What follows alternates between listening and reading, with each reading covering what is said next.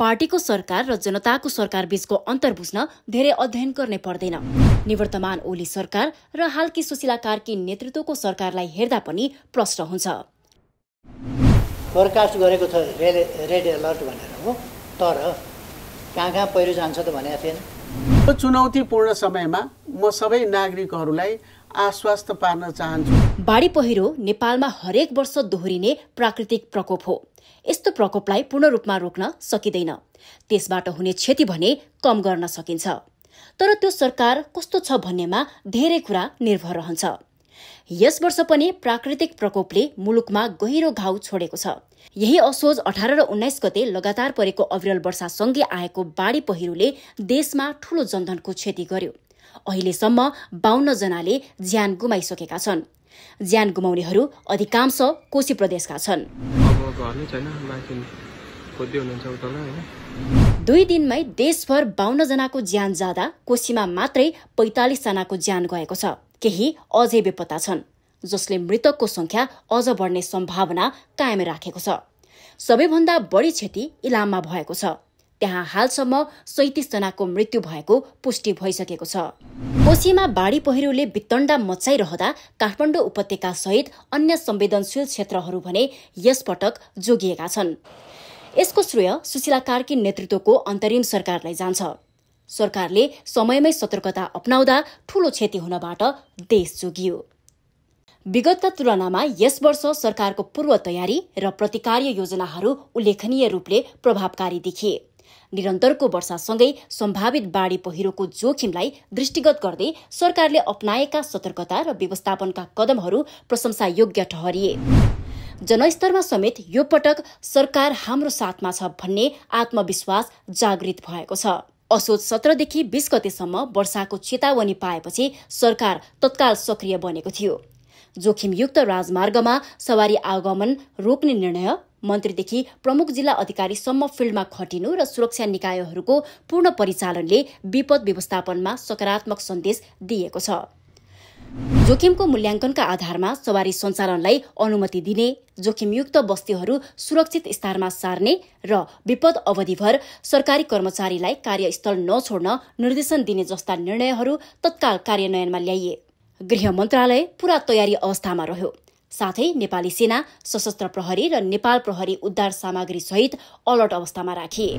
नेपाली सेनाका 77 वटै जिल्लाहरूमा तैनात 94 वटा गणहरूबाट 1 गुल्म र 58 वटै गुल्महरूमा 1 सेमो स्ट्यान्ड बाई फौज आधारभूत उद्धार सामग्रीहरू सहित परिचालन गर्नको लागि तयारी हालतमा राखिएको थियो। जल तथा मौसम विज्ञान विभागले 1 साता अगावै पूर्वानुमान गरे अनुरूप सशस्त्र प्रहरी बल नेपाल यो विपद व्यवस्थापनको लागि, विपद उद्धारको लागि तयारी अवस्थामा जुटेको थियो।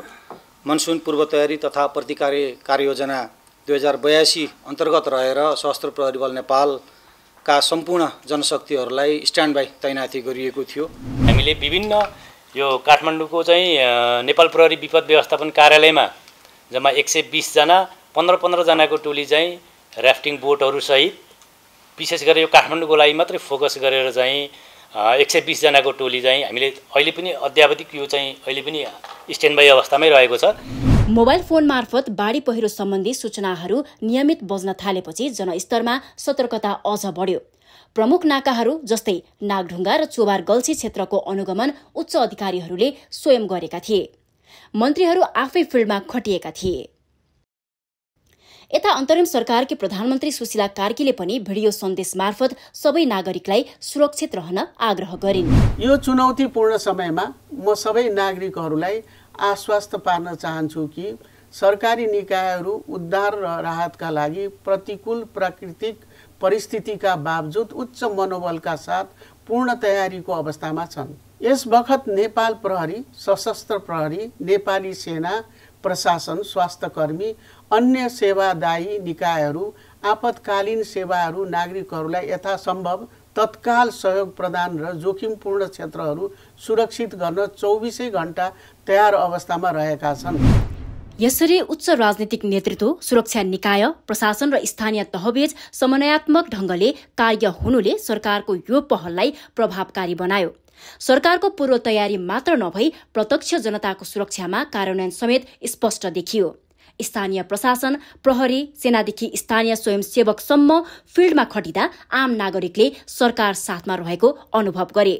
पूर्व सूचनाको बुझाइमा एकरूपता र समन्वयात्मक रूपमा एक द्वार प्रणालीबाट काम गरेकाले विपदप्रति कार्यमा सफलता मिल्यो। आजको दिनमा हाम्रो पूर्वानुमान र पूर्व सूचनाको बुझाइमा एकरूपता, समन्वयात्मक रूपमा एक द्वार प्रणालीबाट चाहिँ जुन किसिमले हामीले काम गर्न सक्यौं, त्यसको कारणले चाहिँ पक्कै पनि विगतको तुलनामा चाहिँ जुन यस्ता प्रकारका घटनाचल तथा मौसम जन्य घटना हुन्थ्यो त्योभन्दा पक्कै पनि जन र धनको क्षति चाहिँ कम भएको चाहिँ हाम्रो अनुमान छ। अब 1 वर्ष अघि फर्केर हेरौं। गत वर्ष पनि असोज महिनामै विनाशकारी बाढी पहिरो आएको थियो। त्यसबेला संसदका 2 ठूला दल नेपाली कांग्रेस र नेकपा एमालेको गठबन्धनमा शक्तिशाली सरकार थियो। मौसम पूर्वानुमान महाशाखाले 2 हप्ता अघि नै तीव्र वर्षा र बाढी पहिरोको सम्भावना रहेको भन्दै चेतावनी दिएको थियो। तर झण्डै 2/3 बहुमतको त्यो शक्तिशाली सरकारले वैज्ञानिक चेतावनीलाई बेवास्ता गर्यो। परिणामस्वरूप बाढी पहिरो व्यवस्थापनमा गम्भीर त्रुटि भयो। सरकारी उदासीनता र गैर जिम्मेवारीपनकै कारण 239 नागरिकले ज्यान गुमाए र अझै पनि 1 दर्जन भन्दा बढी व्यक्ति बेपत्ता छन्। सबैभन्दा लाजमर्दो कुरा त तत्कालीन प्रधानमन्त्री केपी शर्मा ओली र गृहमन्त्री रमेश लेखकका अभिव्यक्तिहरू थिए। देश बाढी पहिरोको विनाशमा डुबिरहेको बेला प्रधानमन्त्री ओली अमेरिकाको भ्रमणमा व्यस्त थिए। भ्रमणबाट फर्किएपछि पनि उनले आवश्यक संवेदनशीलता र जिम्मेवारी देखाएनन्। बाढी पहिरो बारे पत्रकारले प्रश्न गर्दा त उनले झोक्किँदै गैर जिम्मेवार जवाफ दिएका थिए, जसले संकटप्रतिको सरकारको उदासीन चरित्र झन स्पष्ट पार्यो। फोरकास्ट गरेको छ रेड अलर्ट भनेर हो, तर कहाँ पहिरो जान्छ त भनेको थिएन नि त। अब गएपछि थाहा हुने कुरा हो। काठमाडौँमा यति डुबान हुने गरी यस्तो गरी आउला भन्ने त्यो कल्पना पनि थिएन। अलर्ट त थियो। यस्तो कुराहरूलाई चाहिँ हामीले वस्तुपरक ढङ्गले नै लिनुपर्छ। अझ प्रधानमन्त्री ओलीको भन्दा पनि गृहमन्त्री लेखकको अभिव्यक्ति झनै गैर जिम्मेवार थियो। काठमाडौँ उपत्यकाकै बाढीमा फँसेकाहरूलाई पनि सरकारले 4-5 घण्टासम्म उद्धार गर्न सकिरहेको थिएन।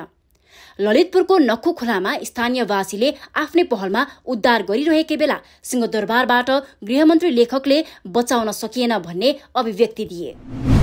नक्खु खोलामा केही मानिसहरू छतमा बसेको, टहराको छतमा बसेको अवस्थामा हामीले कोसिस गर्दा गर्दै पनि बचाउन सकेनौँ। यसका बारेमा म अत्यन्त ज्यादा दुखी छु र म दुःख पनि व्यक्त गर्न चाहन्छु।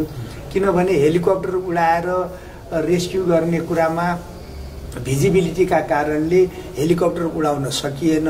हामीले जमिनबाट नै चाहिँ त सशस्त्र प्रहरी बल नेपालले र नेपाल प्रहरीले रेस्क्यु गर्ने प्रयास गर्ने क्रममा नै त्योभन्दा अलि माथि चाहिँ त बाट प्रयास गरिराखेको नेपालको सशस्त्र प्रहरी बल नेपालकै जवानहरू पनि चाहिँ त बगेको डुबेको स्थिति छ र उहाँहरूलाई पनि रेस्क्यु गर्नुपर्ने अवस्था भयो र त्यसलाई हामीले कोसिस गर्दा गर्दै पनि जोगाउन सकेनौँ। त्यसका लागि म सरकारकै तर्फबाट अत्यन्त दुःख पनि व्यक्त गर्न चाहन्छु। सिंहदरबारदेखि झण्डै 1 घण्टाको दूरीमा रहेको नक्खु खोलामा फँसेकाहरूलाई उद्धार गर्न नसक्दा त्यसबेला सरकारको व्यापक आलोचना भयो। तर यसपटकको अन्तरिम सरकारकै सक्रियता, तयारी र जिम्मेवारीपूर्ण कार्यशैलीले विपद व्यवस्थापनमा उल्लेखनीय सुधार आएको छ।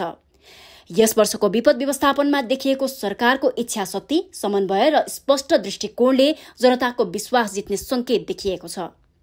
संकटको घडीमा केवल उपस्थितिले होइन, दूरदृष्टिले पनि नेतृत्वको मूल्याङ्कन हुने कुरा वर्तमान सरकारले प्रमाणित गरेको छ। यद्यपि यो सुधार स्थानीय बन्ने हो कि फेरि पुरानै ढर्रामा फर्किन्छ भन्ने प्रश्न यथावत छ।